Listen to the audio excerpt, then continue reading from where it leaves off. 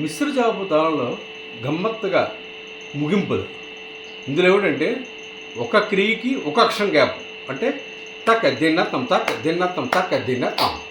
రెండు క్రియలకి రెండు అక్షరాల గ్యాప్, తక్క దిన్న తక్క దిన్నత్తం తక్క దిన్న తక్క దిన్నత్తం తక్క దిన్న తక్క దిన్నత్తం.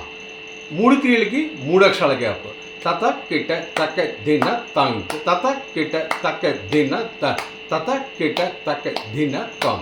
నాలుగు క్రియలకి నాలుగు అక్షరాల గ్యాప్, తక్క దిన్న తం తక్క దిన్న తం తక్క దిన్న తం తక్క దిన్న తం తక్క దిన్న తం తక్క దిన్న తం తక్క దిన్న తం తక్క దిన్న తం తక్క దిన్న తం.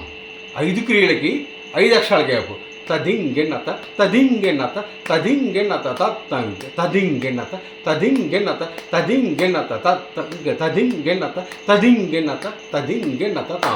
అదేవిధంగా ఆరు క్రియలకి ఆరు అక్షరాల గ్యాప్, తజిం తదిగెన్నత తజిం తదిగెన్నత తజిం తదిగెన్నత జేంకెట తత తదిగెన్నత తతుం తదిగెన్నత తతుం తదిగెన్నత జేం తతుం తదిగెన్నత తతుం తదిగెన్నత తతుం తదిగెన్నత తా.